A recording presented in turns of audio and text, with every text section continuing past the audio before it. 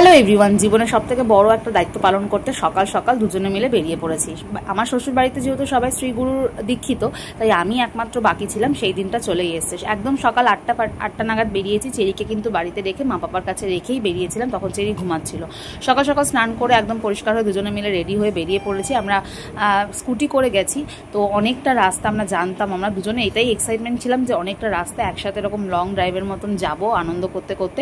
তো মাঝখানে আমরা একদম অনেকটা রাস্তা যাওয়ার পর আমরা তাহেরপুর পুলিশ স্টেশন দেখতে পেয়েছি। তখন আমরা ভাবলাম আমরা অলরেডি তাহেরপুর ঢুকে গেছি। তাহেরপুরে মন্দির ছিল। তারপর লোককে জিজ্ঞাসা করে কিছুটা মন্দিরের সামনে গিয়ে লোককে জিজ্ঞাসা করে ফাইনালি আমরা মন্দিরে এসে পৌঁছে গেছি।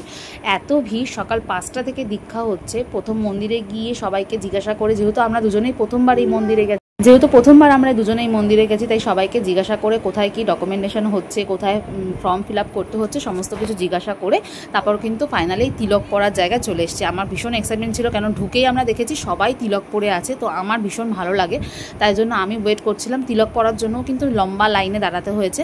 তারপরে লাইনে দাঁড়ানোর পর অনেকক্ষণ তারপরে এই যে ব্যক্তিকে দেখতে পাচ্ছেন, যিনি আমাকে তিলক পরিয়েছেন, তিনি কিন্তু খুব হাসতে হাসতে কথা বলতে বলতে আমাকে তিলক পরিয়েছে। আমাকে বলছে আয়নায় দেখে নাও। আমি বলেছি সুন্দর করে পড়াতে। তারপর আমি যে বলেছি যে না, তোমাকে আয়নায় দেখতে হবে না, আমি ভিডিও করছি দেখো। তখন উনি হাসতে হাসতে বলছে খুব সুন্দর হয়েছে। তো তিলক পরা কমপ্লিট হয়েছে। এবার আমি জানতাম না তিলকের মাঝখান থেকে সিঁদুর পরে। আমি তো টিপ পরে নিয়েছি। তারপরে দেখছি যে সবাই এক একে মহিলারা যারা রয়েছে তারা সিঁদুর পরছে। তো একজন মহিলা আমাকে সুন্দর করে সিঁদুরও পরিয়ে দিয়েছে। তারপরে সমস্ত কিছু কমপ্লিট করে একদম ফাইনালি আমরা লাইনে বসে পড়েছি।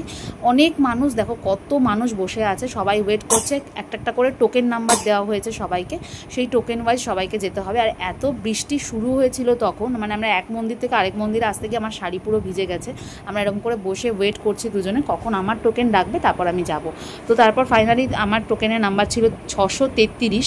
সেই 633 যখন ডাকলো আমি ভেতরে গেলাম। তারপর দীক্ষা নেওয়ার পর বেরিয়ে গুরুদেবের প্রসাদ খেয়ে, এত মানুষের খিচুড়ি তৈরি হয়েছে, কিন্তু এত টেস্ট আমি বলে বোঝাতে পারবো না। এই প্রসাদের যে কী টেস্ট, কীভাবে হয় এত টেস্ট। তো লাবড়া, খিচুড়ি, চাটনি, পায়েস এই ছিল। তারপরে খাওয়া দাওয়া করে আবার দুজনে লং ড্রাইভের মতন বেরিয়ে বাড়ির দিকে রওনা দিয়েছি। টাটা।